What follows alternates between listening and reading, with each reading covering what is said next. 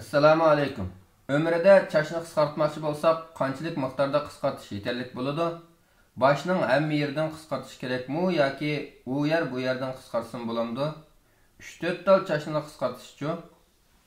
Javob: Va alaykum assalom va rahmatullohi va barakatuh. Barliq hamd sanolar Janobi Allohga bo'lsin. Durud va salomlar payg'ambarimiz Muhammad sallallohu alayhi va sallamga, u zotning oila tavobatlariga, ashablariga va u zotga toki qiyomatgacha ergashganlarga bo'lsin.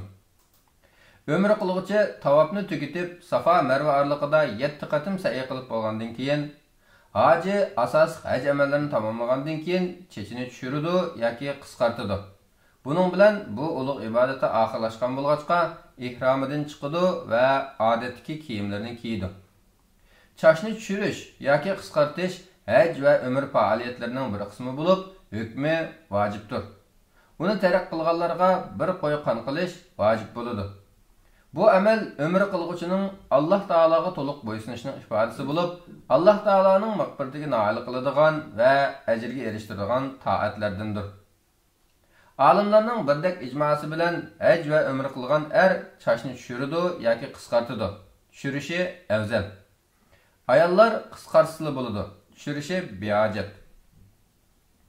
Paynakbashlardan yoki beshida chash bo'lmaganlardan tushirish va qisqartish saq bo'lamdi deyilsa, javobimiz shuki, agar beshida chash bo'lmasa, Hanafi va Maliki mazhablar qarshida chash tushirganga o'xshatib beshiga ustura solib ya'ni g'irda o'tish vojibdir. Chunki bu bir ibodat bo'lib, chash bo'lmaganida chashning o'rni bo'lgan teriga yo'tkiladi.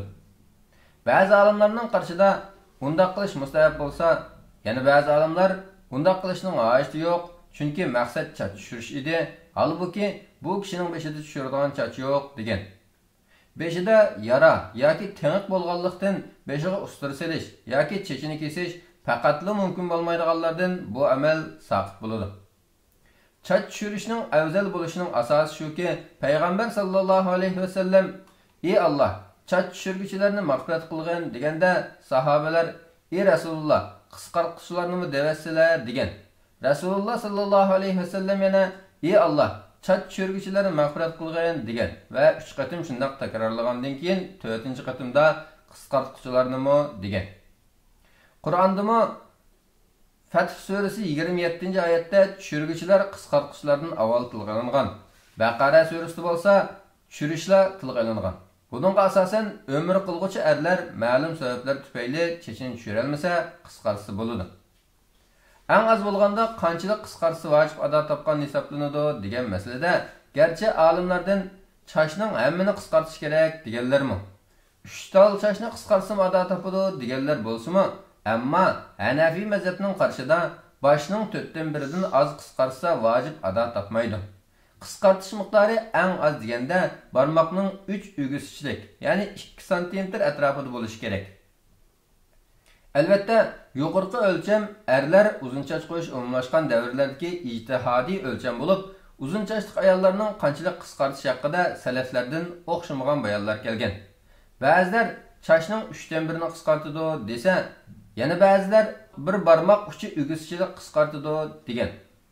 Buningda shariat belgilik ma'lum chek qo'ymagan deganlarmi bo'lgan. Bugungi kunda chechi uzun erlar va ayollar hamma chechining yoki 4dan 1ning uchidan shunchalik uzunlikda qisqarsa bo'ladi. Ammo chechi bakli qisqalar uningdanmi oz qisqartmay chora yo'q. Qanoatimizcha erlar chashning hammani tushirishdan iborat sunnat va afzal amalni tutishi lozim. Tutalmaganlar qisqartishda shariatda aniq bir chek qo'yilmagandan keyin o'zining ahvoliga qarab chechining hammasidan yoki 4dan 1dan ko'ngli taskin topqudak uzunlikda qisqarsa vojib ado topadi. Ayollarmi o'rim yoki o'rim bo'lmagan chechining hammasining uchidan bir miqdor kesvasi bo'ladi.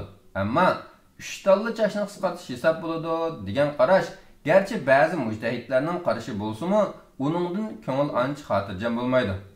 Alloh taolaning "Ondan ular kirlarini tozalasin" degan amri o'z ichiga olgan chash tushirish va qisqartish haqiqiy ma'noda vujudga chiqmagan bo'ladi. Uning ustiga buning bilan bu vojib amal ado topmaydi deb qaragan ko'pchilik olimlar xili salmoqni egallaydi. Demak, chashni tushirmaydiganlar chashni yassib etish vujudga chiqqida qisqartishi lozim. Shunga bu meselede Hanefi alimlerinin qarşının tanlanğan qaraş deyishki bo'ladi.